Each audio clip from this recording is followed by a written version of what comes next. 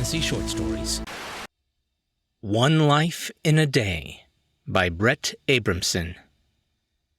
Identity was no longer a constant.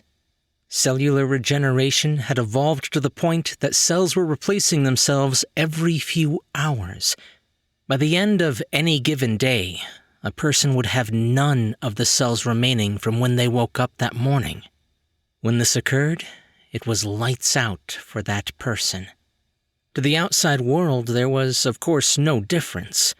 The new cells produced an exact replica of the old ones, so that the person still ate, breathed, slept, and walked in precisely the same manner.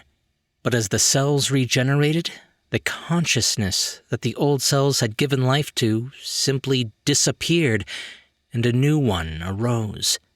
One that the consciousness that had existed before had no awareness of whatsoever.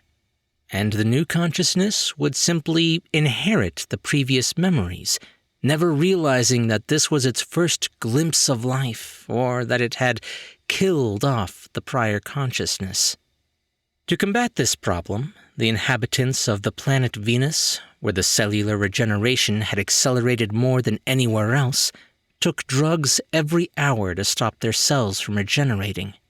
The drugs were made from hemlock and crushed oleander leaves.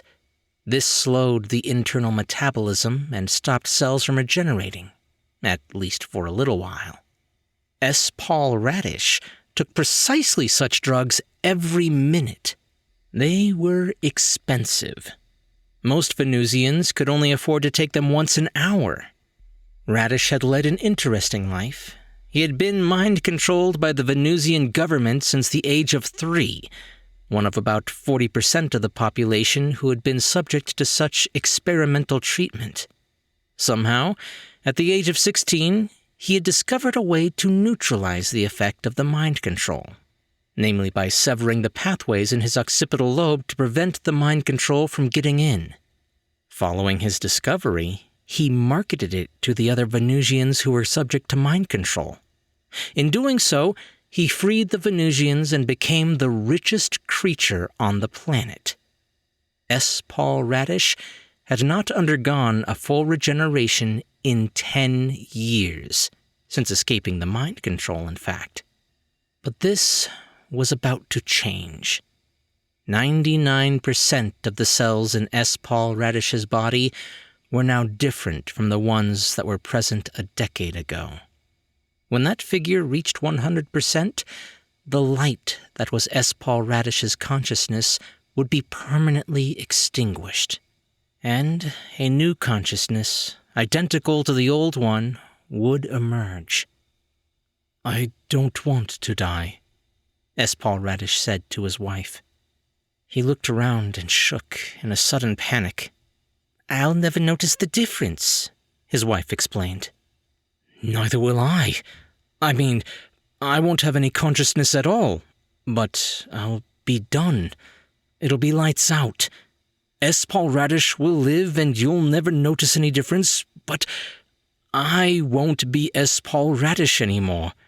I won't have any consciousness." "You'll still be him," his wife assured him. "You just won't be conscious of it." She stared blankly into nothing. "Same difference," Radish said. "I want to be conscious. I don't want some new consciousness that I have no awareness of taking over." The meter on his arm read 99.7%. "But then, I guess it will be generous of me to give my consciousness to some new one." Minutes passed, and S. Paul Radish was running out of drugs. He felt himself turning pale. "Call an ambulance," he said. "It won't work," his wife said. He looked at the meter. 99.9%. He considered writing a eulogy, but then the new Radish could write it just as well as the old one. An image flashed on his TV screen. "We mourn and celebrate S. Paul Radish." He stared at it for a while and felt his consciousness become slightly dimmer until he lost it. Has it happened yet? Radish said. It just did, his wife said. His wife looked at him approvingly. There did not seem to be any difference. She looked him over, taking notes in her head. I feel the same as I've ever felt, Radish said. No, you don't, corrected his wife. You've never felt anything before. This is your debut as a conscious entity. You are much the same as a newborn baby, conscious for the first time and immersed into the splendor of being alive. Congratulations. It was strange, Radish thought. Physically, the two Radishes were exactly the same, and yet the former consciousness and the present consciousness had as much awareness of each other as Vincent van Gogh did a mosquito. Maybe the old consciousness was somehow back, he thought. No, that's wrong.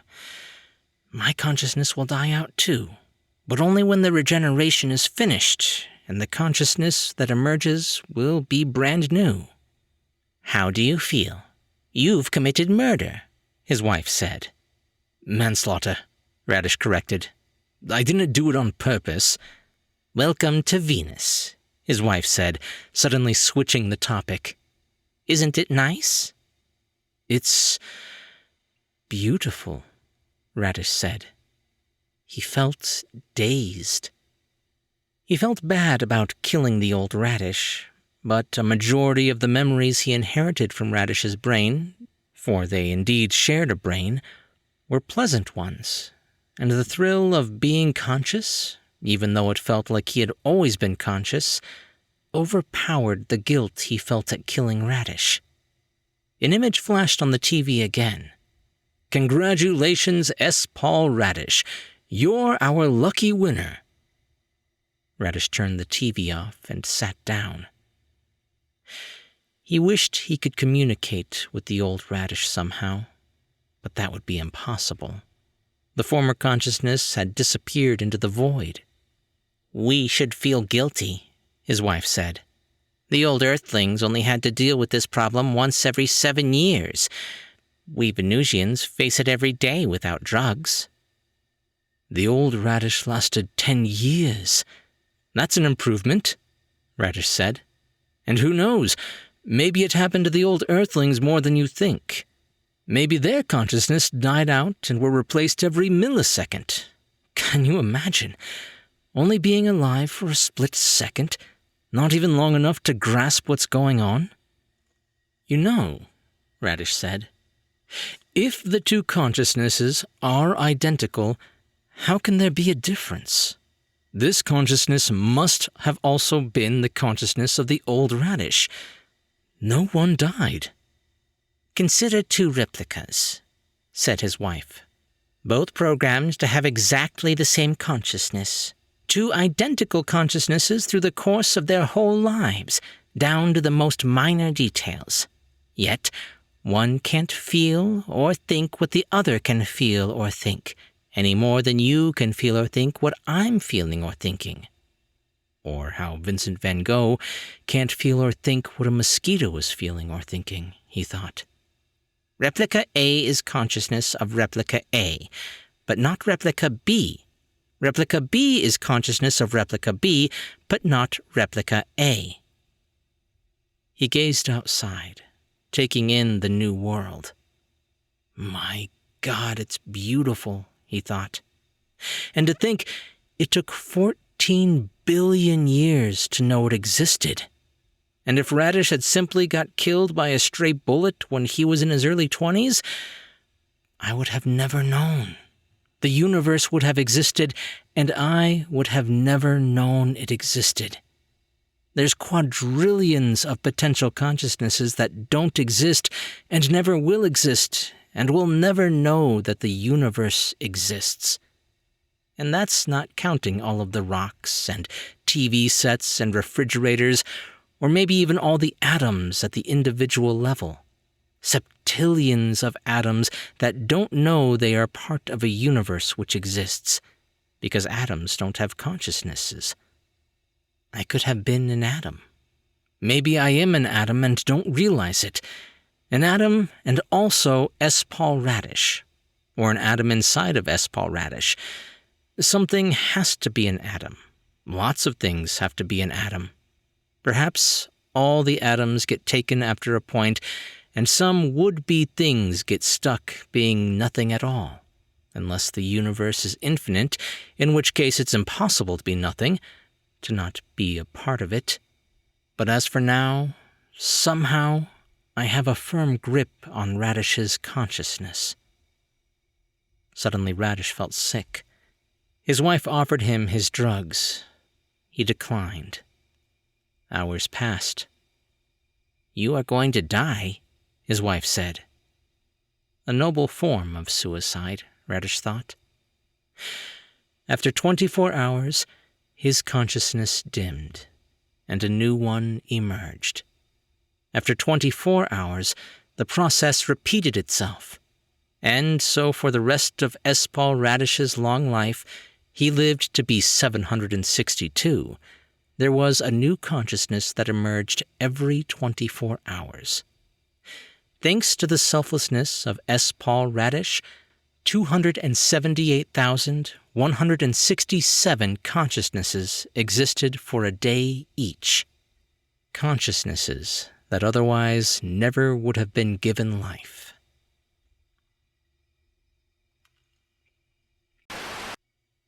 Brett Abrahamsen's prose has been sold to the Sci-Fi Journal, 2228, Creepy Podcast, The Fifth Die, and City River Tree. He resides in Saratoga Springs, New York. Hey guys, I hope you enjoyed that story. This one was definitely more cerebral than most of the stuff I put on this podcast. But this was the type of story that, as a kid, it would have sent me down so many rabbit holes. So when I saw it, I just had to put it on the channel for those of you who, like me, enjoy this kind of story. I can still remember as a little kid watching Multiplicity with Michael Keaton.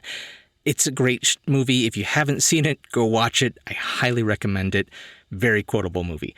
Anyway, he has a bunch of clones, and his consciousness changes in each one of them. And even back then, that got me thinking on that topic, and the itch in the back of my mind has never fully left.